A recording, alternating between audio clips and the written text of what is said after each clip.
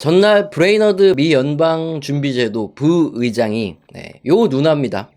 이분이 기준금리를 연속으로 막 올리겠다. 그리고 5월에 당장 미 연준이 보유한 국채를 시장에 매각을 하면서, 그러면서 시중에 달러 유동성을 흡수하는 게 뭐죠? 바로 양적 긴축. 이것을 바로 시작할 수도 있다. 갑자기 이런 말을 했어요. 그래서 전날 다우지수부터 나스닥 지수까지 주식시장이 휘청거렸고, 오늘 우리 시장도 별로 안 좋았죠. 그런데 뭐 사실 주식시장이 하루 오르고 떨어지고 이렇게 일희일비 하는 거는 중요한 건 아니죠. 최근에 워낙에 변동폭이 크기 때문에 그게 중요한 게 아닌데, 브레이너드 연준 부의장을 제가 말씀드린 이유가 뭐냐, 이 누나가 어떤 사람이었냐 하면은 기준금리를 빨리 올리면 안 된다, 천천히 좀 늦게 올려야 된다, 이렇게 주장하던 엄청난 비둘기파였어요.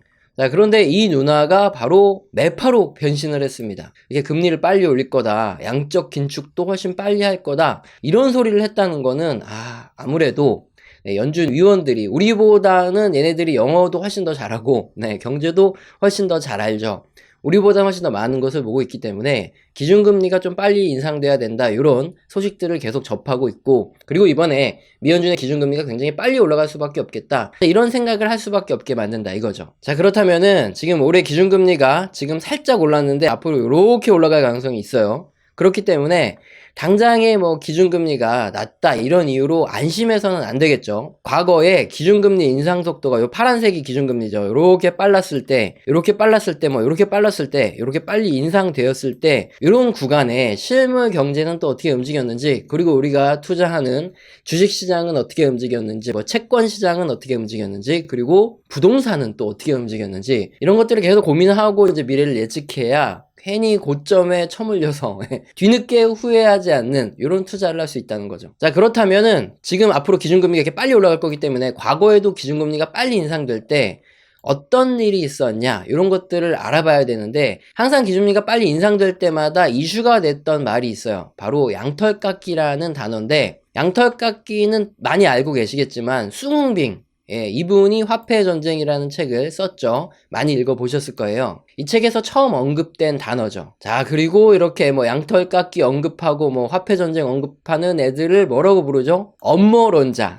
업무론자라고 부르는데, 양털깎기라는 용어는 아마 다 아실 겁니다. 그렇지만 우리들은 모두 다 경제를 공부하는 사람이 아니죠. 그래서 혹시라도 이 양털깎기라는 단어, 이 뜻을 정확하게 모르실 수 있기 때문에 제가 아주 쉽지만 스피드하게 설명을 드리겠습니다. 그림을 보면은 바로 이해가 되는데요. 그림의 푸른 선이 뭐냐? 미 연준의 기준금리고, 붉은 선이 우리나라 대한민국의 GDP입니다. 그리고 1990년대부터 이 2000년까지의 이 차트인데요. 지금과 상당히 유사하기 때문에 한번 이 그림을 자세히 봐야 되는 이런 상황이죠. 1990년 이후로 이 미 연준의 기준금리는 어떻습니까? 1990년 초에는 거의 9%를 넘어가던 금리가 1990년 이후에 경기 침체가 있었어요. 역시나 금리를 뚝 떨어뜨리죠. 그렇게 해서 1993년 요때쯤 되면은 3%까지 떨어뜨립니다. 거의 6%를 뚝 떨어뜨리면서 돈을 막 푸는 거죠. 중앙은행이 이렇게 기준금리 인하하고 정부가 재정을 확대하고 이렇게 돈을 풀어내는 거, 코로나 때도 보셨고 지난 금융위기 때도 보셨고 우리가 자주 보는 이런 광경이죠. 이렇게 1990년대 이렇게 6%씩이나 금리를 인하하면서 돈을 풀었던 이런 유동성은 어떻게 되겠습니까? 이 돈이 미국 안에서만 도나요? 아니죠. 저금리 대출로 글로벌 투자자들은 금리가 낮은 미국에서 대출을 하고 금리가 더 높은 신흥국으로 자금을 투자하고 뭐 주식도 투자하고 뭐 부동산도 투자하고 하면서 엄청난 차익을 얻죠. 신흥국으로 이렇게 막대한 돈이 막 들어오면은 자산의 가격이 인플레이션이 굉장히 심해지고요. 그리고 소비도 당연히 늘어나겠죠. 사람들이 돈을 좀 벌었으니까. 그리고 전체적으로 경제가 성장하고 호황을 보이게 됩니다. 문제는 뭐죠? 부채가 함께 증가를 한다는 거죠. 저금리 상황과 이 자산 가격 상승, 뭐 부동산, 주식 등 이런 자산 가격이 상승이라는 두 가지 요소가 맞물리면 글로벌 투자자도 투자를 하겠지만, 우리나라에 만약에 그런 현상이 발생하면 우리나라 현지인들이죠. 뭐 다른 나라도 마찬가지겠지만 어쨌든 신흥국에 사는 거기에 있는 현지인들도 가세해서 부채가 늘어날 수밖에 없는 이런 구조가 만들어집니다. 사실 이건 설명을 안 드려도 우리 모두 알고 있죠. 최근에 코로나 이후에 저금리 상황, 그리고 부동산 가격 상승이 맞물렸죠. 그러면서 우리 같은 실수요자들도, 실제 집을 사야 되는 사람들도 어쩔 수 없이 대출을 최대한 땡겨서 집을 구매해야 되는 이런 상황에 놓이게 되는 거죠. 이런 실수요자들까지 가세해서 자산 가격은 좀 더 가파르게 상승을 하는 거죠. 이게 1990년대에도 그렇고 지금도 그렇고 공통적으로 나타나는 현상이죠. 자, 다시 1990년대로 거슬러 가봅시다. 자, 이런 돈풀기의 결과로 뭐 신흥국만 인플레이션이 있겠습니까? 아니죠. 미국 자체도 돈이 많이 풀리니까 당연히 인플레이션이 심해졌어요. 그래서 1994년부터 미 연준이 기준금리를 이렇게 쭉 올리기 시작합니다. 물론 그때도 소통은 했지만 약간 무식하게 좀 올리긴 했어요. 기준금리를 연속으로 막 인상을 해서 1년 만에 약 3% 이상이 올라갑니다. 그래서 보시면 1994년쯤에 약 한 3%던 금리가 1995년 되니까 거의 한 6% 가깝게 거의 한 1년 조금 넘는 기간에 확 올라가 버리죠. 자, 그런데 지금 어떻습니까? 올해 내년 사이에 3% 정도가 더 올라갈 거다 이런 전망이 있어서 솔직히 굉장히 불안해요. 그렇기 때문에 이 차트를 가져온 거긴 한데 여튼 이 부분은 뒤에서 좀 더 자세히 설명드리고요. 자, 이렇게 1년 동안 미연준 기준금리가 3%라는 어마어마한 수치로 올라가자 미국 및 글로벌 투자자들은 저금리 상황에서 예를 들어서 미국 은행에서 대출을 싸게 해서 투자한 자산들 이게 금리가 계속 올라가니까 이거 갚아야 되겠죠. 특히나 당시 1990년대쯤에 우리나라는 완벽한 신흥국이었고 이런 신흥국들은 위험자산으로 분류를 할 수밖에 없죠. 그러면 이렇게 미연준의 금리 상승이 굉장히 빨라지는 시기에 자, 대출을 갚으려고 하면은 신흥국에 투자했던 위험자산부터 팔겠죠. 자, 근데 우리나라의 그 당시의 치명적인 문제는 뭐였냐? 외환보유고예요. 외환보유고는 뭐 정부가 어느 정도 뭐 금이라든가 달러라든가 자, 이런 현금화가 가능한 이런 자산들을 가지고 있냐 이건데 300억 달러 수준밖에 안 됐어요. 자, 지금은 4,500억 달러 어마어마하게 많죠. 그래서 지금은 크게 문제가 안 되는데 1997년을 보면은 외국인들의 자금이 쭉쭉쭉쭉 빠져나가는데 단기 외채 요게 1,500억 달러 정도 됐어요. 왜냐면은 이제 장기로 빌린 자금도 뭔가 한국이 문제가 생기겠다 그러면은 바로 이제 기한이익을 상실하고 바로 회수해달라 이런 조항들이 다 있거든요. 그래서 이제 장기 외채도 단기 외채로 막 넘어오고 막 그러면서 약 1,500억 달러의 단기 외채가 발생을 하게 되죠. 자, 그러면 이 돈을 못 갚으면은 어떻게 되는 거죠? 정부가 뭐 당연히 수출에 대한 보증도 못하니까 수출길도 막히고, 그 다음에 정부가 사실상 뭐 디폴트, 뭐 모라토리움 이래가지고, 국가부도의 사태가 터지는 거죠.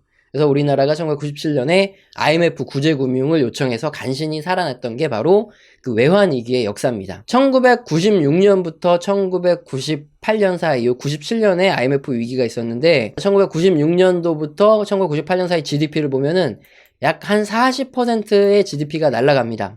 이게 바로 와닿지 않아요. 그렇기 때문에 그냥 단순하게 어떻게 생각하면 되냐면 우리나라에 있는 기업 중에 40% 정도가 다 날아갔다. 문을 닫고 부도를 맞았다. 이렇게 생각하시면 돼요. 실업자들이 넘쳐났고요. 자영업자들은 더욱더 큰 곡소리가 났죠. 기업이 돼야 먹고 마시고 하니까 자영업자들이 살아나는 건데 자영업자들도 다 죽었죠. 자, 이렇게 금리가 낮을 때 어마어마하게 양털을 키워놓고 나서 이렇게 한 방에 양털을 다 깎아버리는 겁니다. 그리고 나서 허물어진 자산, 헐값의 자산을 쓸어 담는 게 바로 양털깎기인데 그 당시에 이제 아시아 신흥국들 뭐 4마리 용이라 불렀던 우리나라를 포함한 나라들이 줄줄이 무너졌고요. 자, 그러면은 자본가들은 어떻습니까? 돈을 빌려준 은행이라든가 아니면 해외에 있는 이런 자본들은 담보로 잡고 있는 우리나라 자산들이 이렇게 GDP가 40%나 감소하면서 주식시장도 폭락하고 뭐 부동산도 다 폭락하고 했을 때 이런 헐값에 경매에 나온 물건들을 쓸어 담았겠죠. 그리고 폭락한 주식시장에서 우리나라의 우량주들을 쓸어 담았습니다. 자, 그렇게 해서 외국인 보유 비중이 크게 늘어나죠. 자, 그러고 나면은 자본가들은 당연히 금리를 또 이렇게 내리죠. 시간이 지나면서. 그러기 시작하면 다시 자산은 정상화가 되는 살찌우고 폭락시키고 살찌우고 폭락시키고 하면서 이렇게 먹고 저렇게 먹고 헐값에 쓸어 담은 걸 계속 먹는 이런 구조가 양털깎기니까 신흥국에서는 이런 것들에 굉장히 조심해야 된다. 이런 내용이 이제 양털깎기 관련된 내용이죠. 자, 그런데 요즘에 우리 금융권에서도 그렇고 1994년과 굉장히 비교가 많이 되면서 우리나라를 포함한 신흥국 자산에 대한 우려가 조금 더 크게 나오고 있어요. 이게 무슨 소리냐? CME 그룹에서 여기서 미연준 기준금리에 대한 예측을 계속 자료를 확인을 할 수 있는데 다수 투자자가 보기에는 올해 2022년에 기준금리가 까딱 잘못하면 2.5%를 넘어갈 수 있다. 이렇게 예상을 하고 내년에는 3.25% 정도까지도 올라갈 수 있다. 이렇게 전망을 하고 있어요. 이게 투자자들의 다수가 생각하는 금리 인상에 대한 전망치라든가 뭐 이런 자료기 때문에 이게 정확한 건 아니지만 자, 1994년과 비교를 해볼 수 있다는 거죠. 이 당시에 금리가 3% 올랐는데 아시아 시장이 이렇게 뭉개졌고 우리나라는 외환 위기를 겪었거든요. 지금도 똑같이 기준금리는 제로에서 내년까지 1년 동안 한 3% 이상 올라갈 가능성이 굉장히 크다는 거죠. 이때랑 굉장히 비슷하게 금리가 빨리 올라갈 수 있는 이런 환경이라는 거예요. 자, 그러면 똑같이 우리나라의 국가부도의 날이 오냐? 아니죠. 1994년에 이런 금리 인상이 재현된다고 해도 우리나라는 지금 외환보유액이 4,500억 달러 이상입니다. 그래서 국가부도의 날과 같은 외환위기는 올 가능성이 아주 희박해요. 하지만 자금의 이탈은 동일하겠죠. 해외 자금이 금리가 올라가니까 빠져나가면서 우리나라에 투자됐던 뭐 주식에 대한 자금, 부동산이든 채권이든 이런 자금이 빠져나간다. 이거는 다르지 않습니다. 그 안에서 외환보유고가 적을 때는 외환위기가 오고 외환보유고가 높으면 자산시장만 하락하고 끝이 난다. 이거예요. 그런데 우리 신흥국들이 이번에 문제가 하나 있죠. GDP 대비 가계부채가 뭐 중국도 그렇고 아시아 신흥국들이 굉장히 높아졌어요. 이게 굉장히 큰 문제입니다. 뭐냐면 지난 2008년 금융위기를 겪으면서 선진국들은 이런 가계부채를 정부가 다 가져갔어요. 근데 기축통화국가니까 정부의 부채가 좀 있어도 달러 찍어내가지고 해결이 가능하다 이겁니다. 그래서 개인들이 가진 가계부채를 정부로 이관하는 작업을 한번 했던 게 선진국들에서 난, 특히나 미국에서 났던 금융위기 사건이죠. 그리고 유럽도 물론 부채 위기를 겪었고요. 그런데 그런 홍역을 겪지 않은 신흥국, 아시아 국가들 같은 경우에는 자산 가격이 너무 많이 올랐습니다. 이게 또 한번 정리가 되는 일이 발생이 될 텐데 그게 바로 신흥국들의 가계부채 문제에서 뭔가 빵 터질 가능성이 크다. 이렇게 예상하는 전문가들이 굉장히 많죠. 자산 건전성이 낮기 때문에 이 부분이 굉장히 취약하다는 거예요. 우리나라도 가계부채가 뭐 전세 포함하면 이미 세계 1위를 탈환한 지 한참 됐죠. 이런 문제들 굉장히 커지겠죠. 자, 일단 여기까지 말씀을 드리고 나면 항상 이런 질문이 나와요. 뭐냐?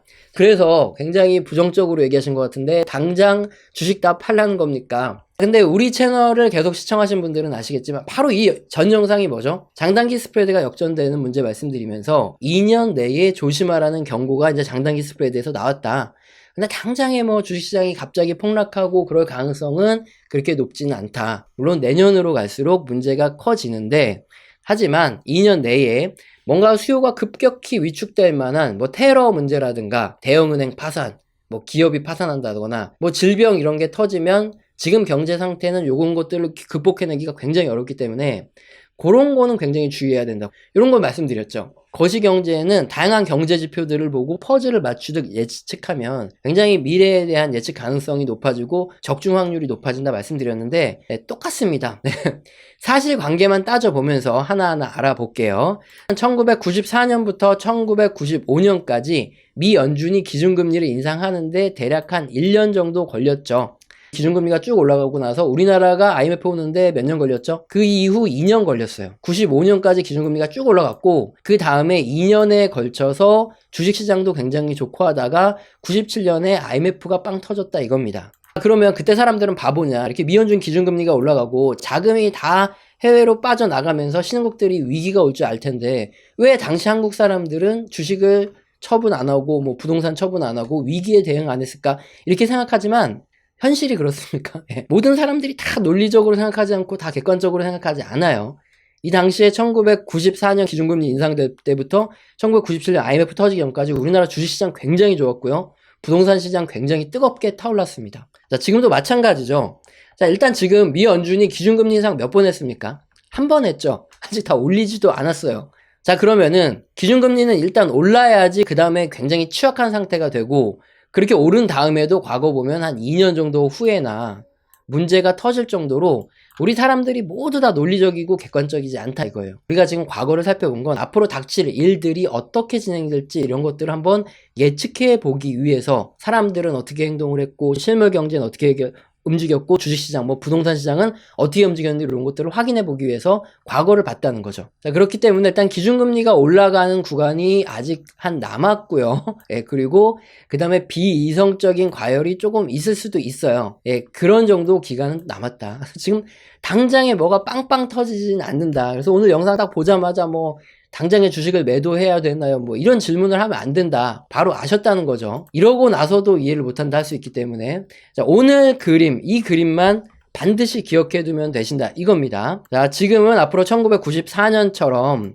미연준이 기준금리를 1년 동안 한 3%씩이나 인상할 가능성이 크다. 굉장히 빨리 올라갈 가능성이 굉장히 높은 상황이다. 이걸 우리가 알 수 있다 말씀드렸죠. 당연히 뭐 우리나라를 포함한 아시아 쪽 이런 국가들에서는 자금이 굉장히 빨리 빠져나가겠구나. 그래서 자산 가격이 하락할 가능성이 높아지는 상황이구나. 요거를 우리가 바로 알 수 있어요. 하지만 다수의 사람들은 이런 것들을 개념치 않죠.